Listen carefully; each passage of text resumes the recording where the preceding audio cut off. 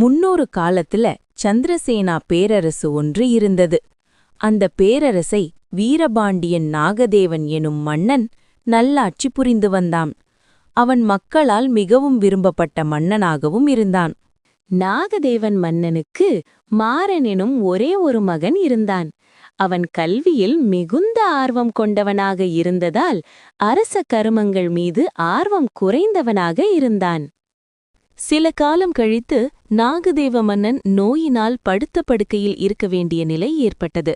இதனால் சந்திரசேனா பேரரசை ஆட்சி செய்வதற்கு புதிய மன்னனை நியமிக்க வேண்டிய நிலை வந்தது. நாகதேவ மன்னனை அடுத்து அவர் மகன் இளவரசன் மாறன்தான் தங்களை ஆள வேண்டுமென்ற மக்கள் அனைவரும் விரும்பினர். அதனால் மன்னன் இளவரசன் மாறனை அழைத்து மன்னனாக முடிசூடும்படி வேண்டினார். மகனே மாறா, நமது ராட்சியத்தின் நிலைமையை நீ அறிவாயல்லவா? என்னால் இனி ராட்சியத்தை ஆட்சி செய்ய முடியாது. எனக்கு பிறகு நீதான் ஆட்சி பீடம் ஏற வேண்டும் என்று மக்கள் விரும்புகின்றனர். எனக்கு உன்னை தவிர வேறு வாரிசுகளும் இல்லை. இதற்கு உன் பதில் என்ன மாறா? தந்தையே, உங்கள் வேண்டுகோளை மறுப்பதற்கு என்னை மன்னியுங்கள் தந்தையே. என் இலட்சியமே நன்றாக படித்து ஒரு பெரிய வைத்தியராக வேண்டும். வைத்தியராகி நம் மக்களுக்கு சேவை செய்ய வேண்டும். இதை தாங்களும் அறிவீர்கள் அல்லவா தந்தையே? ஆம் மகனே, உன்னுடைய இலட்சியம் வைத்தியராக வேண்டும் என்பதை நானும் அறிவேன். வேறு வழியேதும் இன்றியே உன்னை அணுகினேன். மகனே, என்னை மன்னித்துவிடு. பரவாயில்லை தந்தையே, கவலையை விடுங்கள். அப்போ நான் விடைபெறுகிறேன் தந்தையே. அங்கிருந்து சென்ற பிறகு அரசரை பார்க்க மந்திரியார் வந்தார். வாங்க மந்திரியாரே. அரசே, இப்போது உடல்நலம் எவ்வாறு இருக்கிறது? அப்படியேதான் இருக்கிறது. எனக்கு பிறகு யார் ஆட்சிக்கு வரப்போகிறார் என்ற கவலையும் சேர்த்து என்னை மேலும் நோயாளியாக்கிவிட்டது. இளவரசர் முடிசூட ஒத்துக்கொண்டால் எந்தவிதமான கவலையும் இல்லை என அரசே? ஆம், இளவரசன் முடிசூடினால் எந்தவிதமான கவலையும் இல்லை. ஆனால் அவன் ஆட்சி பீடம் ஏறமாட்டான் என்று யோசியரே சொல்லிவிட்டார். என்ன சொல்கிறீர்கள் அரசே? யோசியர் சொன்னாரா? இது எப்போது நடந்தது?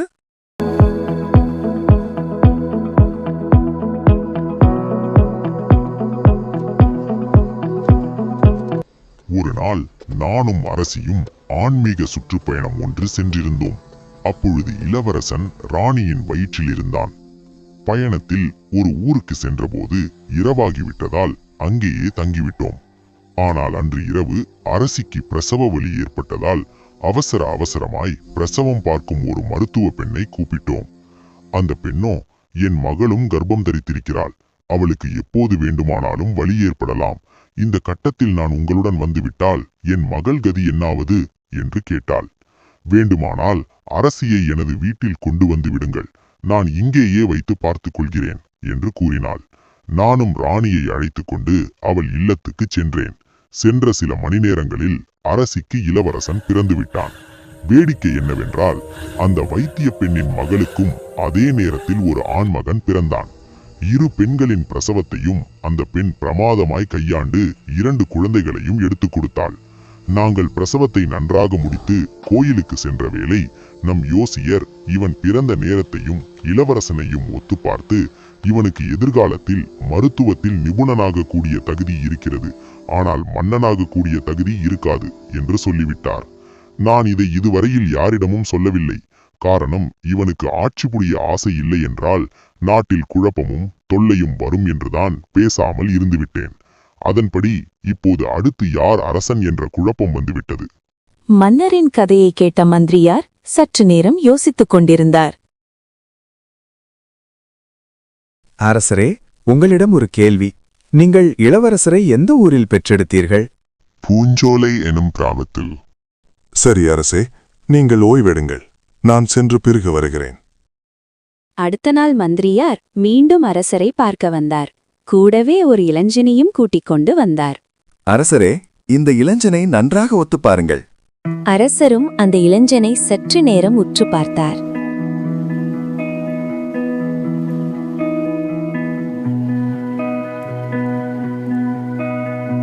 என்ன அமைச்சரே, எனக்கு ஒன்றும் புரியவில்லையே.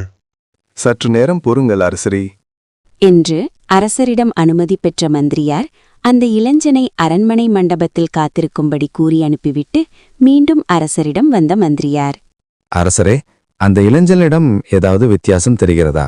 நான் நோயுடன் இருப்பதால் என் கண்களால் தெளிவாக பார்க்க முடியவில்லை அமைச்சரே.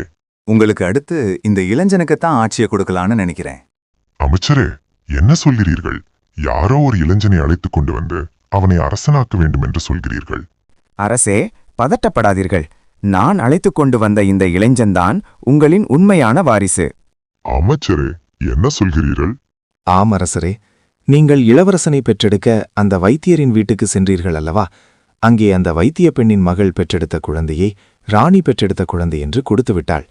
அவள் பேரன் மன்னனாக வேண்டும் என்ற ஆசையில் இப்படி செய்திருக்கிறாள்.